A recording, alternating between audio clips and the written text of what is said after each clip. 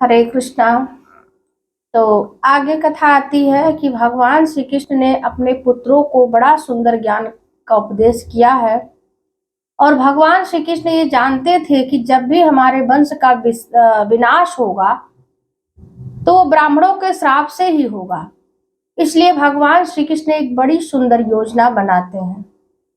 भगवान श्री कृष्ण जानते हैं कि हमारे वंश जब भी समाप्त होंगे तो ब्राह्मणों के श्राप से ही समाप्त होंगे। इसलिए प्रभु ने एक बड़ा सुंदर योजना बनाते हैं और इसलिए भगवान ने विचार किया कि कहीं ऐसा ना हो कि इनका विनाश समय से पहले हो जाए।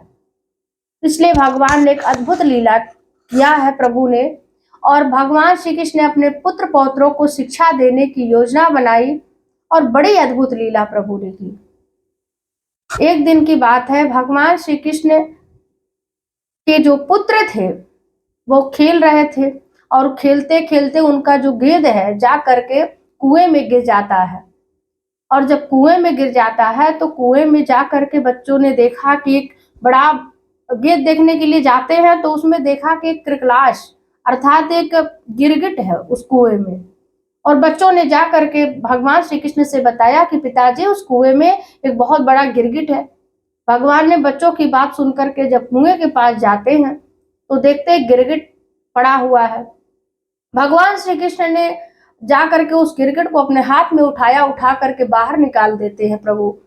और भगवान के कर कमल का स्पर्श होते ही वह जो गिरगिट था, क्रिकलास अर्थात जो गिरगिट था, वह एक राजा के रूप में परिवर्तित हो जाता है। और जैसे ही जब वो गिरगिट राजा के रूप में परिवर्तित हो जाता है तो भगवान श्री कृष्ण पूछ पड़ते हैं कि तुम कौन हो। देखिए, भगवान तो अंतर्यामी है, भगवान लीला कर रहे हैं, लेकिन फिर भी प्रभु ने इस लीला में पूछा।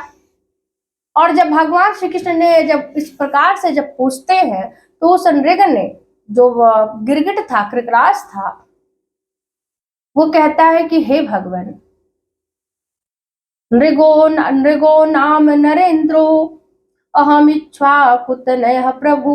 हे प्रभु, मैं इक्ष्वाकु वंश का पुत्र हूँ।